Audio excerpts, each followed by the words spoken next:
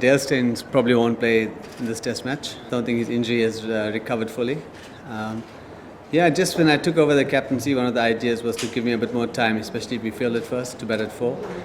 But as I said, we're a team in a little bit of transition with a couple of new faces, so we're still finding the perfect batting order. So there's no reason why I couldn't bat at 3 at some other stage as well. We haven't played our best test cricket. If we're going to go back into the past, I think in Mohali, I would definitely say for the first 3 innings of the game, we were pretty much in it.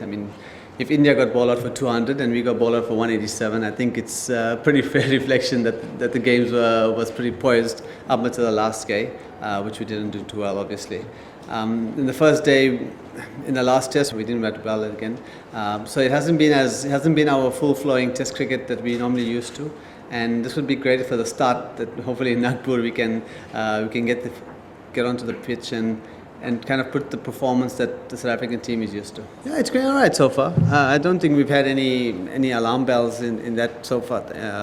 We're very grateful that we've got some great slippers. AB's they're one of the best fielders in the world. Fafs have got very good hands. I'm trying to do my bit at first slip.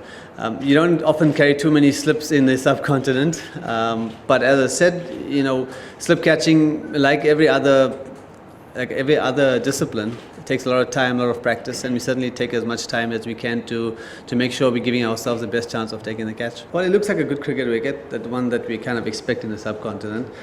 They've played 3 spinners in the first game as well, so it's nothing new.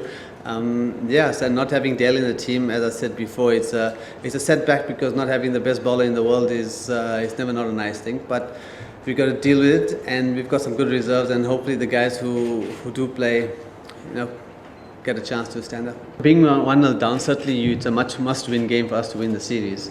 And I guess it does allow you a little bit more of that, but I think we came here with that mentality that we're coming here to win the series. So from the first game, if you looked, we had 5 frontline bowlers.